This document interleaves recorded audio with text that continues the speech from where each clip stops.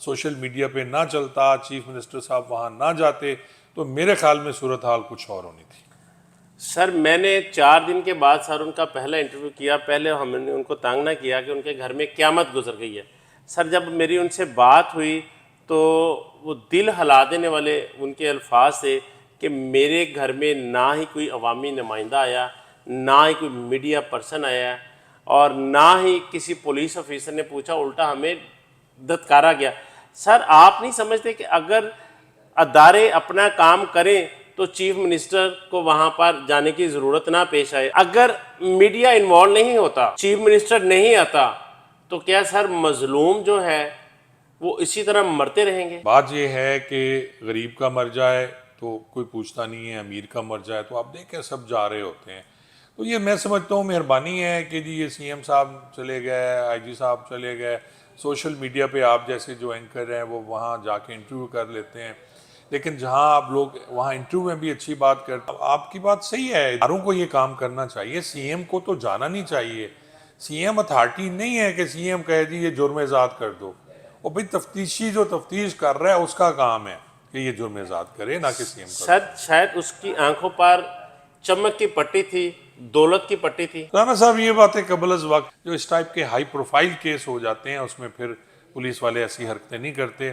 ہاں اس سے قبل جیسے ایک بات ہوئی کہ جی اس کا چینج کر لیا جائے, ڈرائیور کو چینج کر لیا جائے, ملزم کو ریپلیس کرنے کی بھی کوشش کی یہ گئی. کوشش ہوتی ہے, لیکن اس وقت ہوتی ہے جب مدعی بر وقت نہ پہنچے, مدعی اسے پرسو نہیں کر رہا. سر جہاں پر 6 جنازے پڑے ہیں جس میں اس کی بیوی, بہو, پوتا, نواسا, اس کا داماد, سر وہ پہلے تو ان کی تدفین کرے گا, اس کے بعد وہ پولیس اسٹیشن کا رخ کرے گا.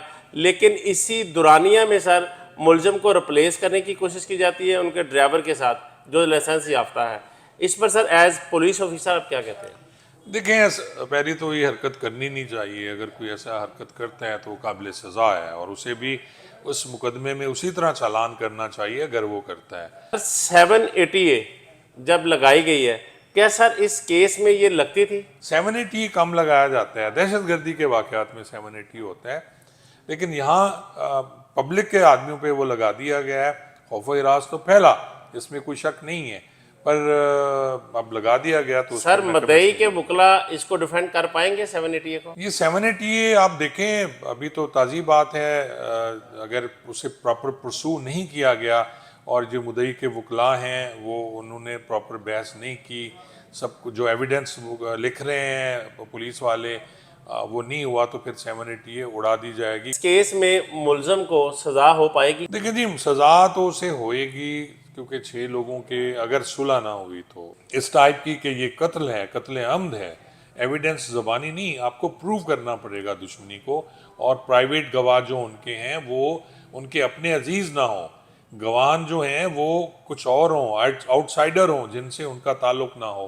اب کیونکہ میں نے فائل نہیں دیکھی نہ میں نے کیس دیکھا ہے تو اس سلسلے میں بات کرنا قبل از وقت. سر یہ تو رات گئے کی بات ہے, تو فیملی پوری کانوے کی صورت میں آ رہی تھی جس میں ایک گاڑی ہٹ کی گئی, چشمدید گواہ جو ہے وہ بھی فیملی ہے. یہ تو اب گواہی پہ منحصر ہے کہ پولیس اس سے کتنی مطمئن ہوتی ہے اور عدالت کتنی مطمئن ہوتی ہے. یہ گواہ سچ بول رہے ہیں تو بالکل سزا ہوگا, لیکن اگر عدالت مطمئن نہیں ہوتی تو پھر بہت مشکل ہو جائے گا. سر اگر یہ ساری چیزیں مدعی پروف نہیں کر پاتا تو سر ملزم آزاد ہو جائے گا؟ ظاہر ہے پھر آزاد ہو جائے گا. اگر سزا سر ہوگی تو اس کو میکسیمم کتنی ہوگی؟ برتھ سرٹیفکیٹ پیش کیا جائے گا, باقی چیزیں سامنے لائی جائیں گی کہ جی وہ 15 سال سے کم ہے, اور اگر 15 سال سے کم ہے اور یہ ساری بات پروو بھی ہو جاتی ہے تو پھر اس کو عمر قید ہو سکتی ہے. اگر پروو ہو گیا کہ جی واقعی اس نے قتل عمد کیا ہے اور اس نے پہلے ہراس کیا پھر جان بوجھ کے ہٹ کیا, لیکن اگر وہ اس کو پروو نہیں کر سکتے تو پھر یہ 320 میں سزا ہوگا جس کی سزا 3 سال ہے. ہمارے ملک میں 2 قانون دیکھے جاتے ہیں, 2 طرح کے انصاف دیکھے جاتے ہیں, غریب کے لیے اور امیر کے لیے. اور سر ان کی کوئی مالی حالت بھی اتنی کوئی اچھی نہیں ہے کہ یہ اچھے وکیل کر سکیں, جہاں پر 1 درجن وکیل کھڑے ہیں اور اس کے سامنے.